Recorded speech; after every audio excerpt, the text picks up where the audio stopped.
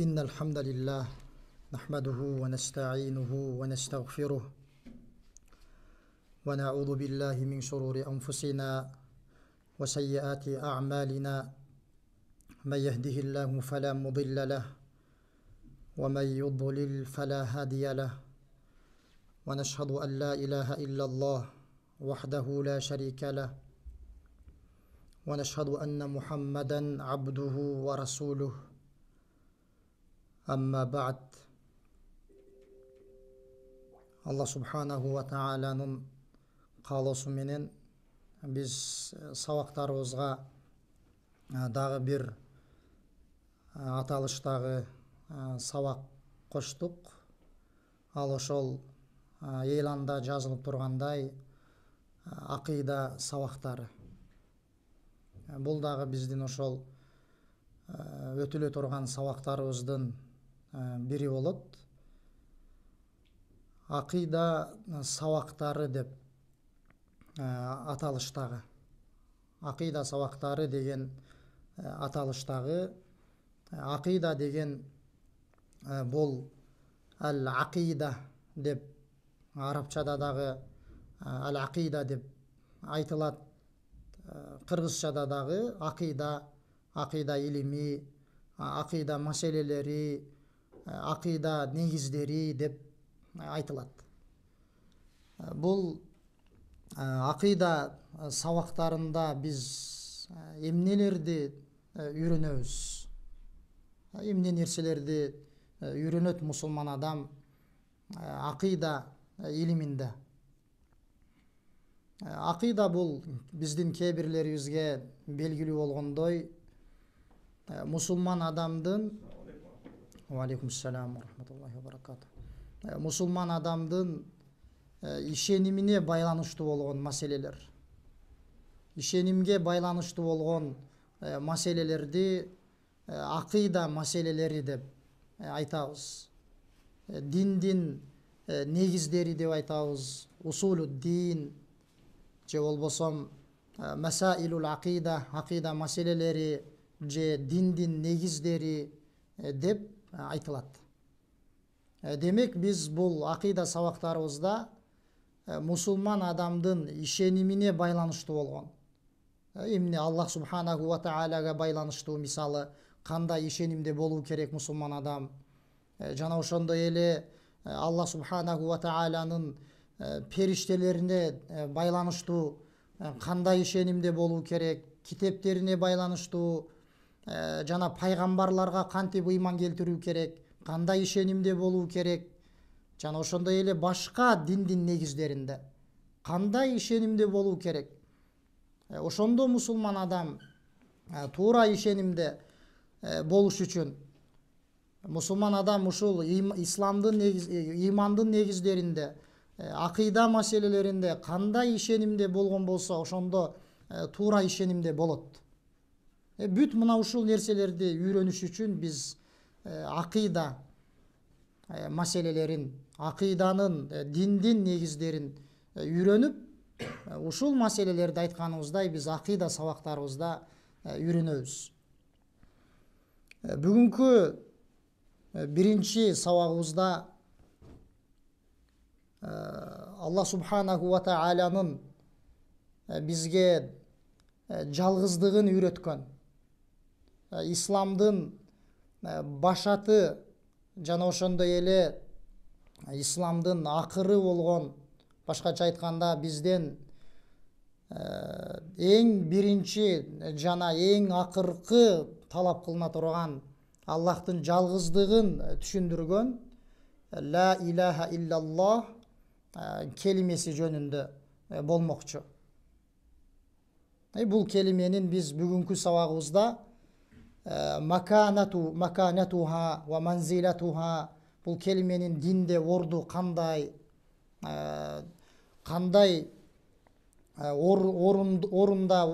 орунда бул келиме, бул келименин орду кандай, жана ошондой эле бул келименин мааниси кандай.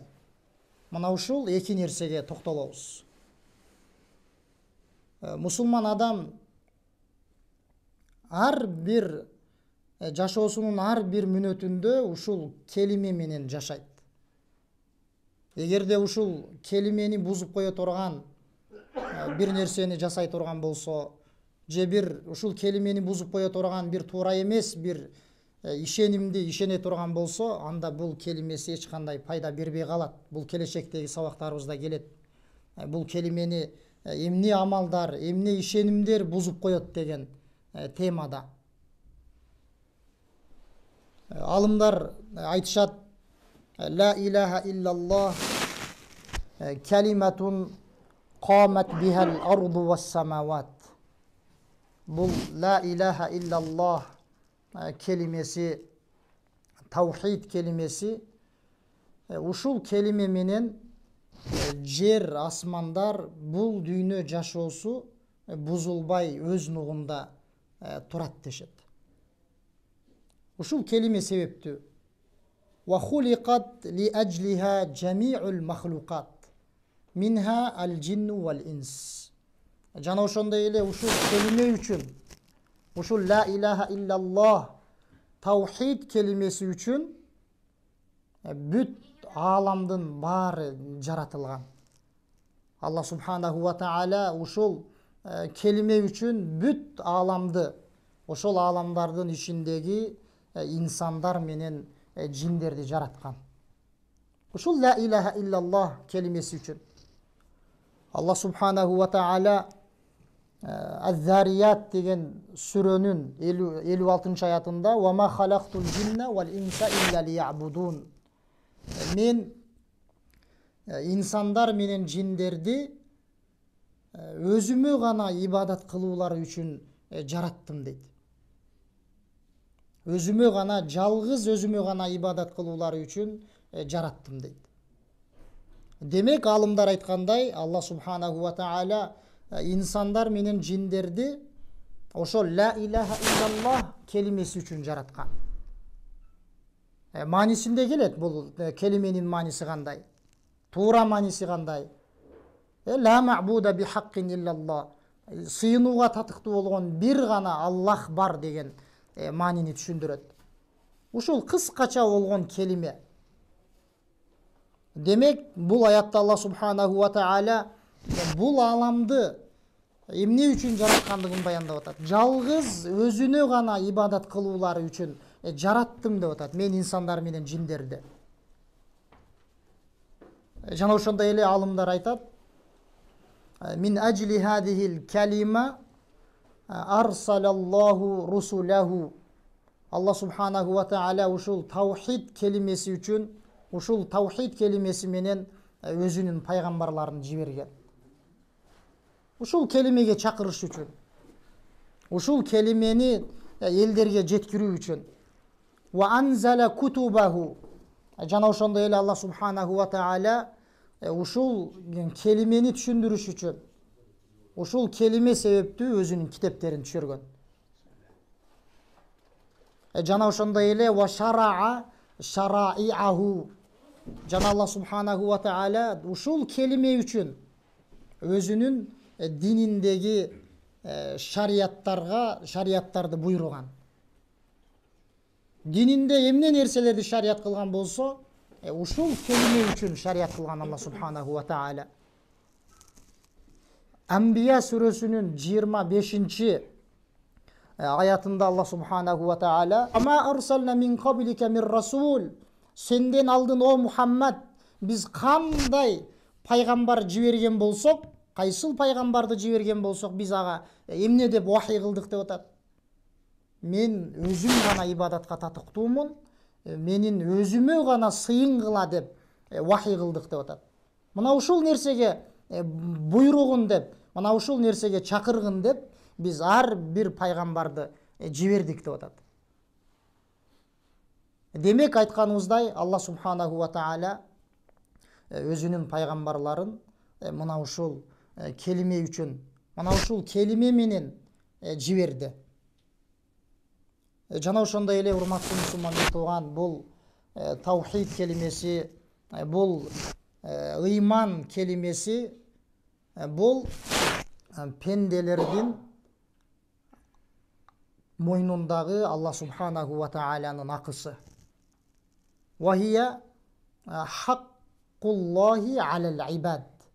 Алла субханаху ва таалянын биздин мойнубуздагы акысы. Биринчи жана акыркы болгон Алла субханаху ва таалянын акысы. Эң биринчи Алла субханаху ва таала бизди мына ушул акысынан суракка тартат. Ла илаха иллаллах келимеси жөнүндө эң биринчи сурак болот. Ошондуктан да пайгамбар саллаллаху алейхи ва салламдын хадисинде келет го. Инсан бул дүйнө менен коштошуп акыреттин эң биринчи жашоосу болгон кабырга барган кезде эмне деп суралат? 3 суроонун биринчиси. Мен раббук, сенин Раббиң ким деп ошол Алла субханаху ва таала жөнүндө суралат. Эң биринчи. Бул жерде алымдар айтып атат. Эмне бул келиме Алла субханаху ва таалянын пенделеринин мойнундагы акысы деп атат. Муттафакун алейх болгон хадисте Муаз ибн Джабал деген сахаба радияллаху анху айтат. Кунту ридфан наби саллаллаху алейхи ва саллам. Бул сахаба айтат, мен пайгамбар саллаллаху алейхи ва салламдын артына, улоосуна минип алып учкашып баратканмын дейт. Муаз ибн Джабал радияллаху анху. Лайса байни ва байнаху илля мухиратур рахл дейт. Мен менен пайгамбардын ортосунда эч бир тосуп кое турган нерсе жок болчу, бир гана ошол минип бара жаткан улоосунун жанагы адам сөйөнүп олтура турган эмне ошол эри гана болчу дейт. Андан башка эч бир нерсе экөөбүздүн ортобузда болгон эмес дейт. Башкача айтканда мен пайгамбар саллаллаху алейхи ва салламдын жанында ушундай деңгээлде артында учкашып баратканмын дейт. Ошондо пайгамбар саллаллаху алейхи ва саллам я Муаз ибн Джабал деп, о Муаз ибн Джабал деп мага кайрылды дейт. Ошондо бул сахаба айтып атат, лаббайка я Расулаллах, о Аллахтын элчиси, мен мында турам, эмне дейсиз деп айттым дейт. Ошондо пайгамбар саллаллаху алейхи ва саллам бул жерде айтып атат, фумма сара саатан, пайгамбар дагы бир аз убакыт дагы жүрдү дейт, сөзүн айтпастан. Ошондо дагы пайгамбар саллаллаху алейхи ва саллам я Муаз ибн Джабал деп, о Муаз ибн Джабал деп дагы кайрылды дейт. Ошондо бул сахаба лаббай, о Аллахтын элчиси деп айттым дейт. Андан кийин дагы 3-чү рет айтат. Ошондо пайгамбар саллаллаху алейхи ва саллам 3-чү рет дагы я Муаз ибн Джабал деп туруп эмне дейт? Хал тадри ма хаккул ибади хаккуллахи алал ибад. О Муаз, сен эмне Аллахтын пенделеринин мойнундагы акысын билесиңби дейт. Аллахтын пенделеринин мойнундагы акысын билесиңби дейт. Ошондо бул сахаба культу Аллаху ва расулуху а'лам деп айттым дейт. Аллах жана анын элчиси билүүчүрөөк бул суроонун жообун деп айттым дейт.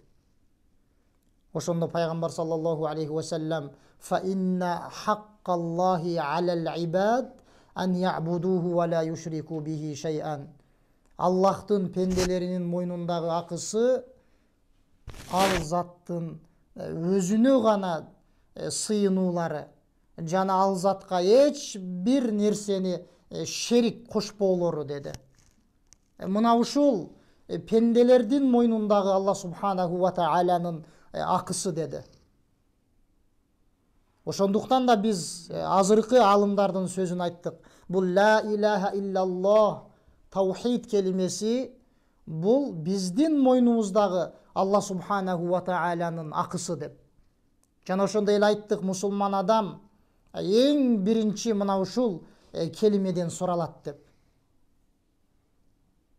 Ошондо бул сахаба азыркы хадистин уландысында андан кийин пайгамбар саллаллаху алейхи ва саллам дагы сурады дейт.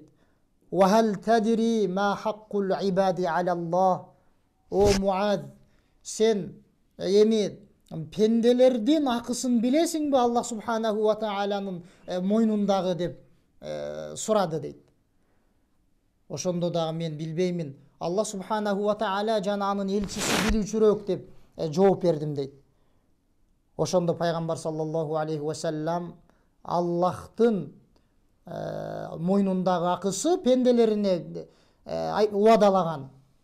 Алымдар айткандай, бул Алла субханаху ва таала бизге мээримдүүлүк кылып, өзүнө парыз кылып алган акысы пенделерине. Алла субханаху ва таалага эч бир махлук эч бир нерсени акы катарында дайындап кое албайт.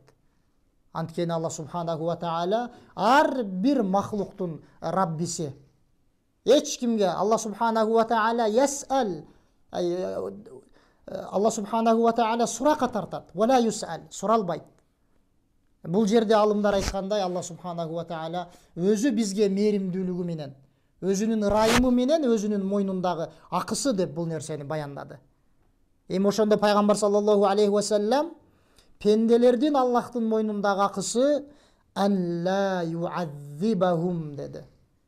Эгерде жанакы Аллахтын акыларын, Аллахтын акысын берише турган болсо пенделер, эми Аллахтын мойнундагы акысы аларды азапка салбоосу деди.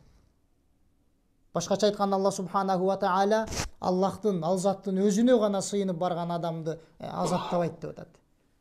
Бул нерсе Алла субханаху ва тааланын мойнундагы акысы деп атат.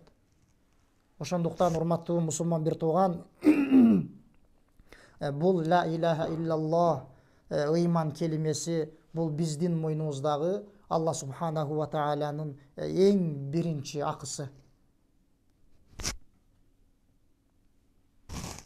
Жана ошондой эле алымдар айткандай, бул ла илаха иллаллах келимеси калиматул ислам, ислам келимеси. Пенде, адам баласы динге кирүү үчүн, исламга кирүү үчүн талап кылына турган келиме. Калиматул ислам ва мифтаху дарис салам. Жана ошондой эле бул ла илаха иллаллах келимеси бул бейиштин ачкычы. Пайгамбар саллаллаху алейхи ва саллам хадисинде айтты го: "Кана ахиру каламихи ла илаха иллаллах дахалал жанна." Кимдин акыркы сөзү бул дүйнөдөгү ла илаха иллаллах келимеси боло турган болсо, ал бейишке кирет деди. Ал адам бейишке кирет деди. Демек бул ла илаха иллаллах келимеси бул бейиштин ачкычы. Бирок урматтуу мусулман бир тууган, бул келиме качан бизге ачкыч боло алат? Биз канткенибизде бул келиме ла илаха иллаллах келимеси бейиштин ачкычы боло алат. Албетте бул ачкычтын өзүнүн шарттары бар. Биз бул келимени динибизде талап кылынгандай түшүнүп, жана бул келиме бизден эмне нерселерди талап кылат? Биз бул келимеге карата кандай амалдарды жасашыбыз керек? Эгерде мына ушундай мамиле жасап, бул келимеге динде талап кылынгандай амал кылып бара турган болсок, мына ошондо бизге бул келиме бейиштин ачкычы болуп бере алат. Болбосо бул келимени айткан мунафыктар болду пайгамбар саллаллаху алейхи ва салламдын доорунда. Ла илаха иллаллах деп айтып алар мусулмандардын катарында намаз окуп, жада калса согуштарга да катышып жүрүштү. Бирок аларга бул келиме эч кандай пайдасын берген жок. Эмне үчүн? Анткени алар бул келимени шарттары менен түшүнүп, ошол шарттарын амал кылган жок. Вахб ибн Мунаббих рахимахуллах бул имамга айтылды го: "Алейса ла илаха иллаллах мифтахал жанна?" Ла илаха иллаллах келимеси бейиштин ачкычы эмеспи деп ушул имамга айтылды. Ла илаха иллаллах келимеси. Ошондо бул имам ооба деди. Наам деди. Валакин деди, ма мин мифтахин илля валаху аснан деди. Бирок бул ооба, бул келиме бейиштин ачкычы деди. Бирок ар бир ачкычтын тиштери болот деди. Эшикти ачуу үчүн ар бир ачкычтын тиштери болот деди. Ва ин атайта би мифтахин лаху аснан futiha lak dedi. Эгерде сен бейишке тиштери бар ачкыч менен келе турган болсоң, сага бейиштин эшиги ачылат dedi. Тиштери бар ачкыч менен келсең, сага бейиштин эшиктери ачылат dedi. Wa in ji'ta wa illa lam yuftah lak dedi. Эгерде сен тиштери жок болгон ачкыч менен келе турган болсоң, сага бейиштин эшиги ачылбайт dedi. Ар бир тиштин, ар бир ачкычтын тиштери бар dedi. Башкача айтканда, бул келименин эмне деп атат? Шарттары бар деп атат. Бул келименин шарттары бар. Эгерде сен бул келименин ошол шарттарына амал кылып, Аллах субханаху ва таалага бара турган болсоң бул келиме менен, ошондо сага бул келиме бейиштин ачкычы болуп бере алат деп атат. Бул жерде бул шейх айтып атат, бул ла илаха иллаллах келиме, бул ла илаха иллаллах келимеси бул бейиштин ачкычы dedi. Канткенде бул келиме бизге бейиштин ачкычы боло алат, кыскача маанисин баяндадык. Жана ошондой эле ва биха ю'таму ад-даму вал мал. Жана ошондой эле урматтуу мусулман бир тууган, ушул келиме менен адамзаттын малы жана жаны эмне сакталат. Ушул келиме менен Пайгамбар саллаллаху алейхи ва саллям муттафакун алейх болгон хадисинде умирту ан уqatila an-nasa hatta yashhadu an la ilaha illallah wa anni rasulullah wa yuqimu as-salata wa yu'tu az-zakata fa idha fa'alu dhalika 'asamu minni dima'ahum wa amwalahum illa bihaqqi al-islam wa hisabuhum 'ala Allah dedi. Пайгамбар саллаллаху алейхи ва саллям эмне деп атат? Мен адамдар менен күрөшүүгө буйрулдум дейт. Адамдар менен күрөшүүгө буйрулдум. Качанга чейин десе, алар ла илаха иллаллах Мухаммадур Расулуллах келимесин айтып күбөлүк бергенге чейин дейт. Жана ошондой эле намаздарын тургузганга чейин, жана зекеттерин бергенге чейин мен алар менен күрөшүүгө буйрулдум дейт.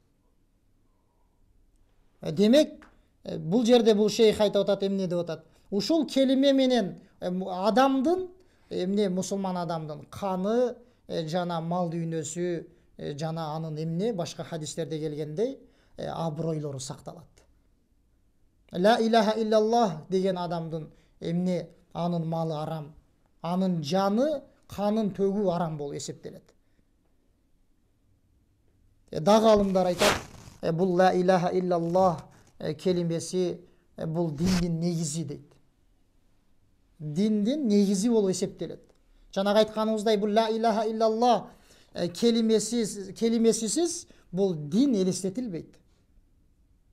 Ва асасуху ва расу амрихи ва сaqu шажаратихи деп айтып атат алымдар. Бул ла илаха иллаллах келимеси бул, эгерде биз динди бир даракка окшото турган болсок, ошол дарактын эмне өзөгү, тамыры, негизи бул ла илаха иллаллах.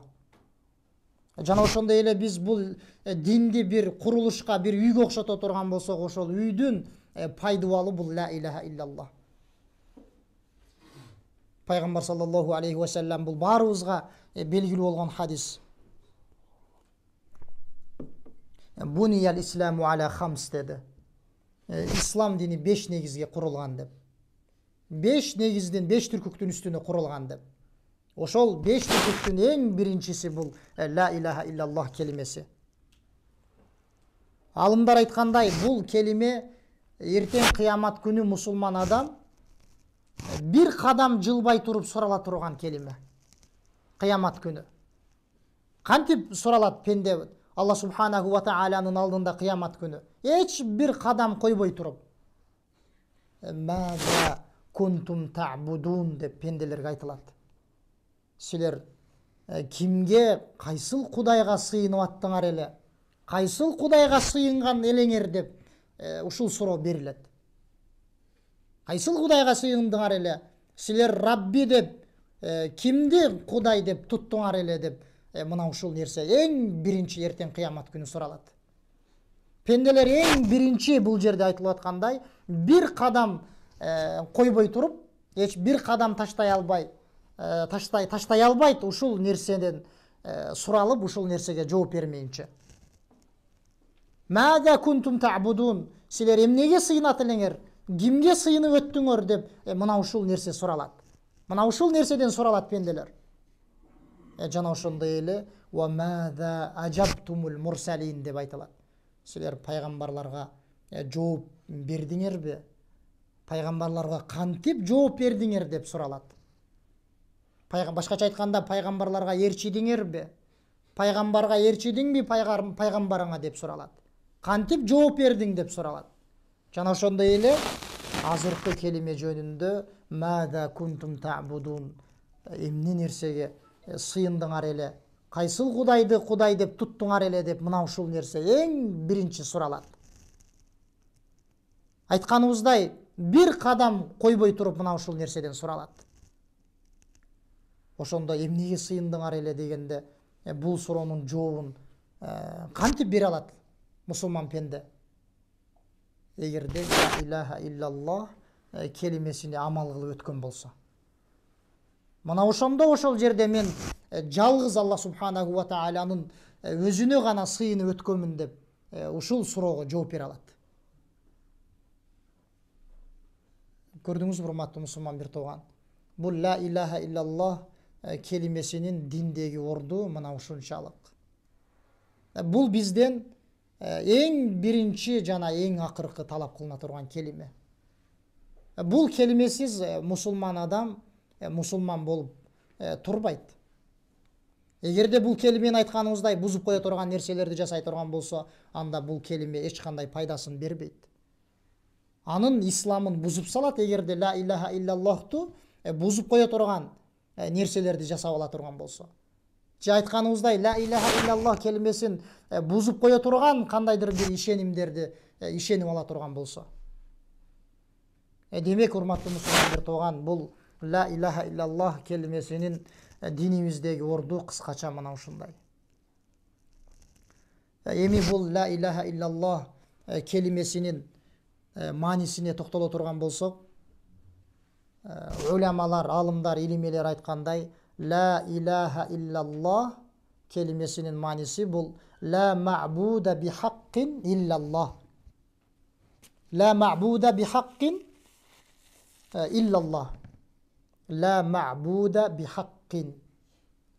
Эмне сыйынууга татыктуу эч бир кудай жок деген маани. Ла ма'буда бихаққин деген. Сыйынууга татыктуу эч бир кудай жок, иллаллах. Бир гана Аллах бар деген маани. Сыйынууга татыктуу, башкача айтканда, жалгыз Аллах субханаху ва таала гана. Ал заттан башка кулчулукка татыктуу болгон эч бир кудай жок. Аллах субханаху ва таала мен жалгызмын, менин эч кандай шеригим жок деди. Аллах субханаху ва таала жалгыз өзү гана кулчулук кылууга татыктуу болгон зат. Кулчулуктун кайсыл түрү болбосун, Аллахтын өзүнө гана арноо керек. Кайсыл түрү болбосун. Бизде чындыгында өкүнүчтүүсү мусулмандар кулчулук дегенде диндеги бир-эки эле нерселерди билишет. Намаз, орозо, ажылык. Ушундай эле нерселер бул ибадат деп билишет. Динибизде андай эмес. Ибадат деген сөздүн мааниси терең.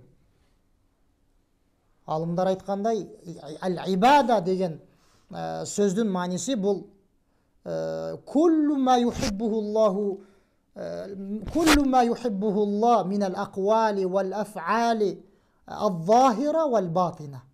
Allah жакшы көргөн ар бир сөз жана ар бир амал бул ибадат болуп эсептелет. Ар бир сөз жана ар бир амал, кандай амал болбосун. Аллах жакшы көрөбү? Буйрудубу? Динде барбы? Пайгамбар саллаллаху алейхи ва саллам көргөздүбү? Үндөдүбү? Ал ибадат болуп эсептелет. Мейли ал ибадат көзгө көрүнө турган ибадат болсун.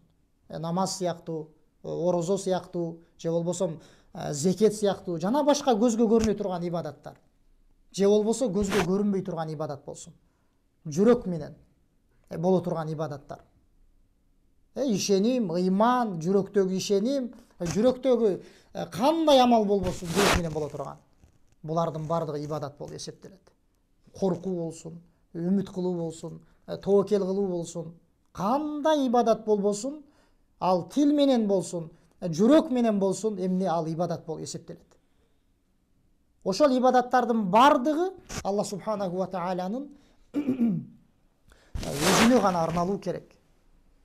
Кулчулуктун бардык түрү, жардам суроо, дуа кылуу айтканыбыздай. Ошондуктан да биздин азыркы могул келименин маанисин толук түшүнбөгөндүктөн, ибадаттын маанисин толук түшүнбөгөндүктөн биздин мусулман бир туугандар ар жерде туура эмес ар түрдүү ширк амалдарын жасап алып аткан учур.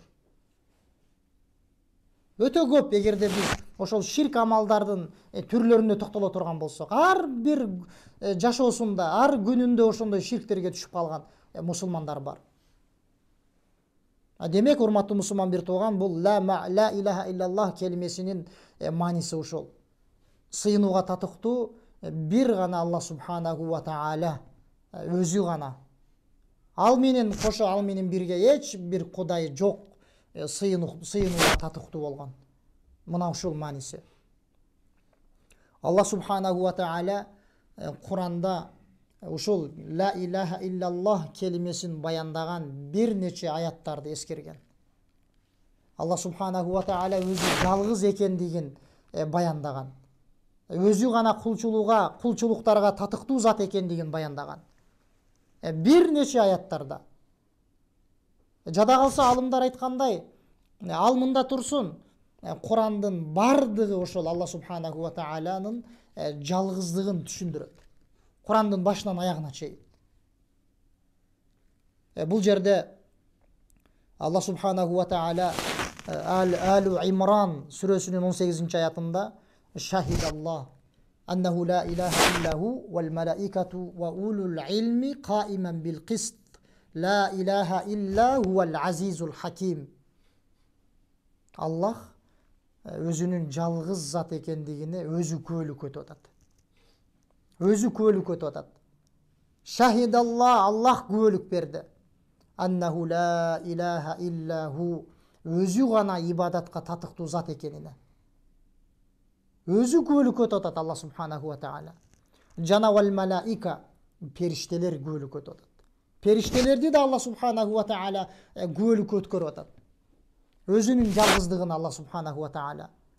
Ва улул илм, жана илим ээлерин дагы эмне күбөлүк өткөрдү. Уламалар дагы, алымдар дагы, илим ээлери дагы Аллахтын жалгыздыгына күбөлүк өтүштү.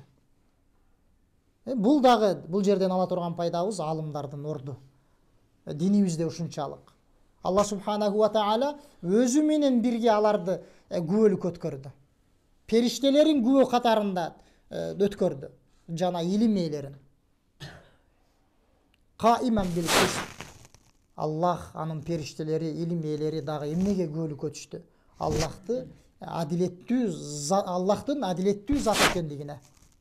Ла илаха илля хувал азизул хаким. Дагы Аллах айтып атат. Өзү гана Аллах ибадатка татыктуу деп. Ал зат кудуреттүү, күчтүү жана даанышман зат деп атат. Демек, урматтуу мусулман бир тууган, Алла субханаху ва таала өзүнүн жалгыздыгын өзү күбөлүк өтүп баяндап атат.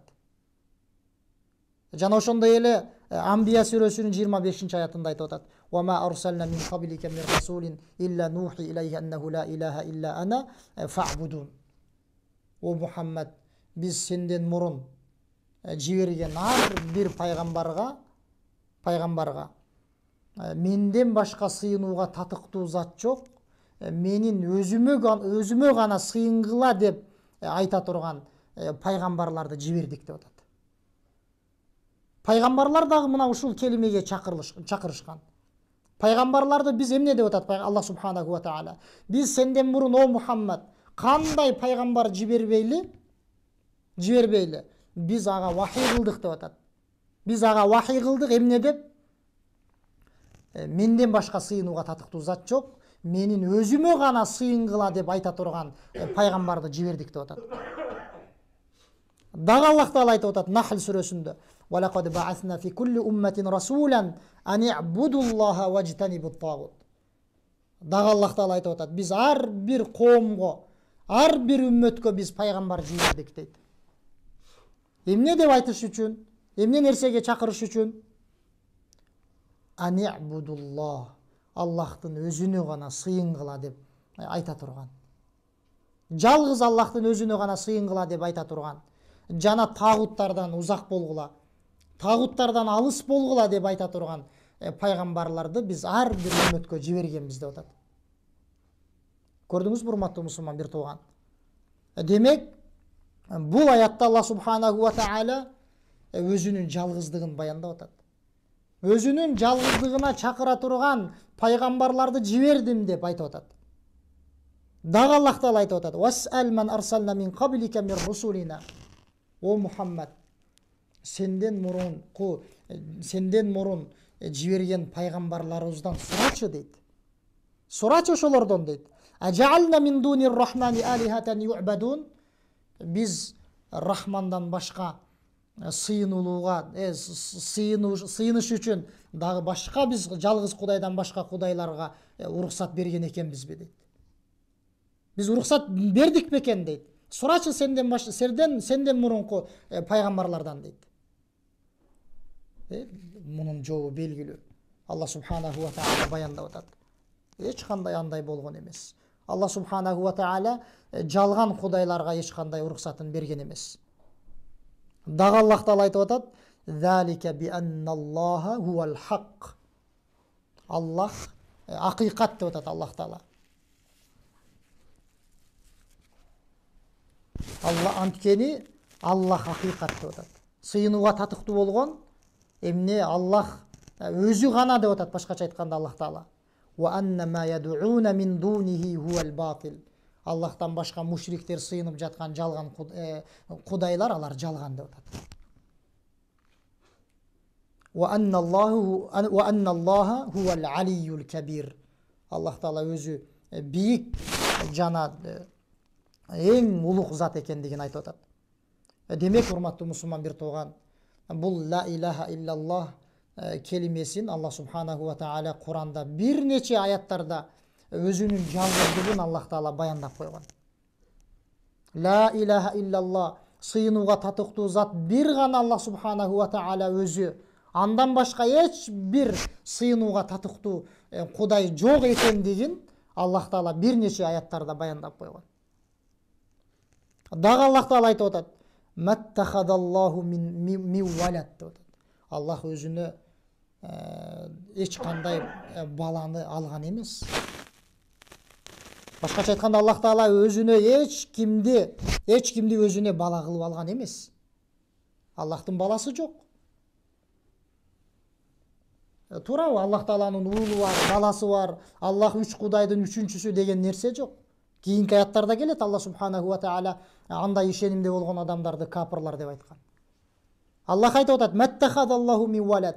Аллах эч кимди өзүнө бала кылып алган эмес. Жана ошондой "Ва ма кана мааху мин илах".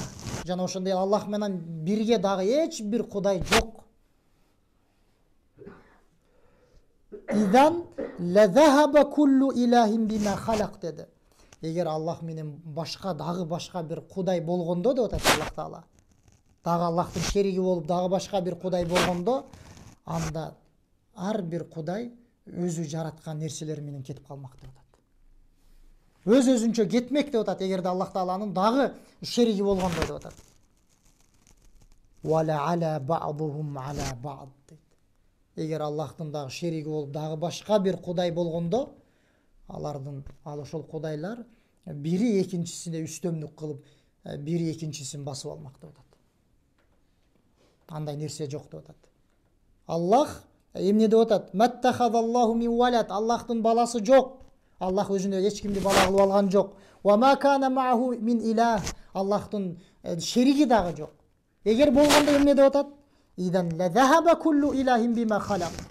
Эгер болгондо ар бир кудай өзү жараткан нерселери менен кетип калмак деп атат. Жана кеби бирөө экинчисин эмне басып алып, бири экинчисине үстөмдүк кылмак деп атат.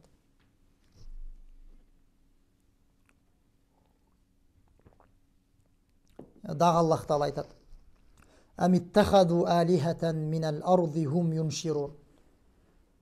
Же болбосо жердин өзүнөн тирилтүүчү кудайларды таап алышканбы деп атат Аллах Таала. Аллах Таала же болбосо жердин өзүнөн тирилтүүчү дагы башка бир кудайларды таап алышканбы деп атат Аллах Таала. Амиттахаду алихатан минал арди хум юнширун. Лау кана фихима алихатун иллаллах лафасадата. Эгер Аллахтан башка дагы кудайлар болгондо дейт. Эгер болгондо жер асманда дагы башка бир Аллах менен бирге дагы кудайлар болгондо анда жер асмандар бузулуп жок болуп кетмек дейт. Алымдар айткандай, эгерде Аллахтын дагы шериги болуп, дагы башка бир жалгыз Аллахтан башка кудайлар болгондо, ошол кудайлар эмне өз жанагы жогорудагы аятта айтылгандай өзү жараткан нерселер менен бөлүнүп, анан кийин жер асмандагы берген буйруктары дагы ар түрдүү болуп, бири бир буйрукту берсе, экинчиси дагы башка бир буйрукту берип, жер асмандар бузулуп жок болуп кетмек дейт. Аллах Таала ошол нерсени айтып атат. Эгерде Аллах менен башка дагы жалган кудайлар болгондо, жер асмандар бузулуп кетмек деп атат. Демек, жалгыз Аллах өзү гана бар деп атат. Аллах өзүнүн жалгыздыгын баяндап атат. Дагы Аллах Таала айтып атат: Кул лау кана ма'аху алихатун кама якулун иза лабтагау иля зил арши сабила деп атат. Айт, о Мухаммад деп атат Аллах Таала. Эгер алар айткандай, мушриктер айткандай, Аллах менен бирге башка кудайлар болгондо, анда алар арштын кожоюнуна үстөмдүк кылыш үчүн, ага үстөмдүк кылуу үчүн, аны жеңүү үчүн бир айла амалдарды издемек дейт. Аллахты жеңүүнүн жолун издешмек дейт. Эгерде дагы кудайлар болгондо деп атат. Кул лау кана ма'аху алиха. Айт, о Мухаммад, эгерде жалгыз Аллах менен бирге дагы башка бир кудайлар болгондо, эмне деп атат? Иза лабтагау иля зил арши сабила. Эгер болсо, анда алар ошол Аллахка үстөмдүк кылуунун жолдорун издешмек. Ошол жолдорду талап кылып издешип, мына ушул нерсеге барышмак деп атат. Субханаху ва та'ала амма якулуна улуван кабира деп атат. Аллах Таала мушриктер сыпаттап жаткан, айтып жаткан нерселерден улук жана аруу зат деп атат. Көрдүңүзбү, Аллах Субханаху ва та'ала өзү жалгыз зат экендигин азыркы ушул эскерилген аяттарда айтып атат. Дагы айтып атат: Лакад кафара алладина калу инна Аллаха салису саласа. Аллах үч кудайдын үчүнчүсү дегендер капыр болду деп атат. Аллах үчөө дегендер капыр деп атат. Аллах баласы же рух деп ушинтип айткан Аллах үчөө деп, Аллах ошол үч кудайдын үчүнчүсү дегендер капыр болду деп Аллах Таала алардын капыр болгондугун баяндап атат. Ва мин илахин илля илаху вахид деп атат. Аллах менен башка кудайлар жок деп атат. Аллах жалгыз зат деп атат Аллах Таала. Ва иллам янтаху амма якулун. Эгер алар ошентип айтып жаткан сөздөрүнөн токтолбосо, эмне ла ямассанналладина кафару минхум азабун алим. Ошентип айтып аткан адамдарды жан оорута турган азап кармайт деп атат. Аларга жан оорута турган азап жетет деп атат, эгерде ошол жанакынтип айткан сөздөрүнөн токтолушпаса деп атат. Көрдүңүзбү, урматтуу мусулман бир тууган? Демек, бул азыркы биз окуп өткөн аяттардын бардыгы ла илаха иллаллах келмесинин маанисин баяндайт. Жалгыз сыйынууга Аллахтан башка, жалгыз сыйынууга Аллах өзү гана бар. Сыйынууга татыктуу болгон Аллах өзү гана деп, мына ушул маанини баяндайт азыркы аяттар. Худ алейхиссаламдын коому айтышты го Худ алейхиссаламга: Колу ажитана линабуда Аллаха вахдаху ва назара ма кана ябуду абауна. Сен эмне бизди жалгыз Аллахтын өзүнө гана сыйынгыла, жана биз ата бабаларыбыз сыйынган кудайларды таштагыла деп бизге эмне пайгамбар болуп келдиңби дешти го. Мына ушул алымдар айткандай ла илаха иллаллахтын мааниси. Ушинтип айтышты алар. Биз эмне ата бабаларыбыз сыйынып жүргөн кудайларды таштайлыбы? Жалгыз Аллахтын өзүнө гана сыйыналыбы? Сен эмне ушул нерсени айтыш үчүн келдиңби бизге деп айтышты. Жообу албетте ушул нерсе. Алла субханаху ва таала бүт аламдын Раббиси болуп тургандай өзү гана сыйынууга татыктуу болгон зат. Бизден мына ушул нерсени талап кылды Алла субханаху ва таала. Жанакы айтканыбыздай, сөзүбүздүн башында айтканыбыздай, Алла субханаху ва таала бул аламдарды жаратуусунан максаты дагы ошол. İnsanlar менен жиндерди жалгыз өзүнө гана ибадат кылуулары үчүн жараткан. Пайгамбар саллаллаху алейхи ва саллям Мекке мушриктерине пайгамбар болуп жиберилген кезде эң биринчи эмне деп айтты? Ушул азыркы биз айтып аткан ла илаха иллаллах келимесине чакырды. Кулу ла илаха иллаллах туфлиху деди го. Ла илаха иллаллах келимесин айтып, исламды кабылдагыла, ушул келимени айткыла, мына ошондо силер ийгиликке жетесиңер деди. Туфлиху деди. Мына ошондо силер ийгиликке жетесиңер деди. Бирок алар эмне деди? Ыйман келтирбегендери, мушрик бойдон калгандары эмне дешти? Аллах Таала Сад сүрөсүндө айткандай, ажаалал алихата илаха вахида ва инна хада ла шайун уджаб дешти. Эмне Мухаммад биздин ушундай сыйынып жаткан кудайларыбызды бир кудай кылууну каалап атабы деди. Жалгыз кудайга айландырдыбы деди. Инна хада ла шайун уджаб деди. Аллах Таала бул нерсе, алар айтышты, бул нерсе өтө таң калыштуу дешти. Аллах субханаху ва таала ошолордун сөзүн алып келип атат. Эмне Мухаммад биздин сыйынып жүргөн, ар түрдүү сыйынып жүргөн кудайларыбызды бир кудай кылмакчыбы? Бул нерсе таң калыштуу нерсе дешти. Ушул келимени айтып чыкканда, ушул келимеге чакырганда пайгамбар саллаллаху алейхи ва саллям Мекке мушриктеринин душманчылыктары пайда болду. Ушул келименин айынан пайгамбар саллаллаху алейхи ва саллям Меккеден Мадинага көчүүгө аргасыз болду. Себеби алымдар айткандай, Меккеде пайгамбар саллаллаху алейхи ва саллям динди толук карман алган жок. Мына ушул келимени толук кандуу карман алган жок. Ошондуктан да Аллах субханаху ва таала пайгамбар саллаллаху алейхи ва саллямды Меккеден Мадинага көчүүгө буйрук берди. Көрдүңүзбү, пайгамбар саллаллаху алейхи ва саллям эң биринчи чакырган даваты дагы мына ушул болду. Ла илаха иллаллах келимеси. Демек, урматтуу мусулман бир тууган, бул ошол ла илаха иллаллах келимесинин кыскача мааниси мына ушундай. Бул келиме бизден эмнени талап кылат? Иншалла бул келименин шарттары келечекте келет. Биз эгерде ушул келимени динибизде Куран сүннөттө көргөзүлгөн шарттары менен кармана турган болсок, эртең бизге Аллах субханаху ва тааланын алдында мына ушул келимебиз пайда берет.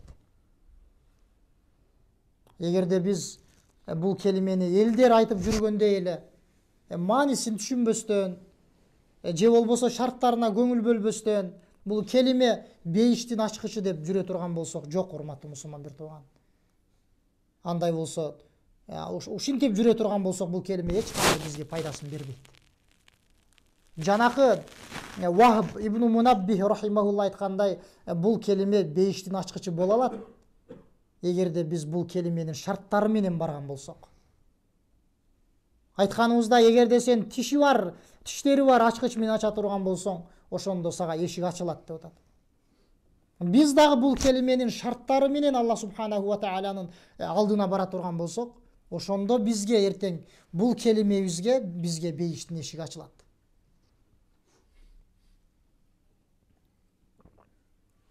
Болбосо айтканыбыздай, Мекке мунафыктар пайгамбар саллаллаху алейхи ва салламдын Мадинасында пайда болгон. Алар бул келимени айтышты. Бирок аларга эч кандай бул келиме пайда берген жок. Анткени алар чын жүрөктөн бул келимени айтышкан эмес. Чыныгы ишеним менен айтышкан эмес. Алар ичинен, жүрөгүнөн ыйман келтиришкен эмес. Бул келимени айтканда алар тили менен гана айтышкан. Алар өздөрүнүн жанын, мал дүйнөсүн же дагы кандайдыр бир мал дүйнөгө жетиш үчүн өздөрүн мусулман кылып көргөзүшкөн. Ушул келимени ошондой ниетте айтышкан. Ошон үчүн аларга бул келиме пайда берген жок.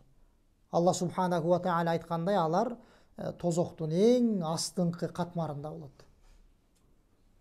Тозоктун эң астында ошол мунафыктар болот деди.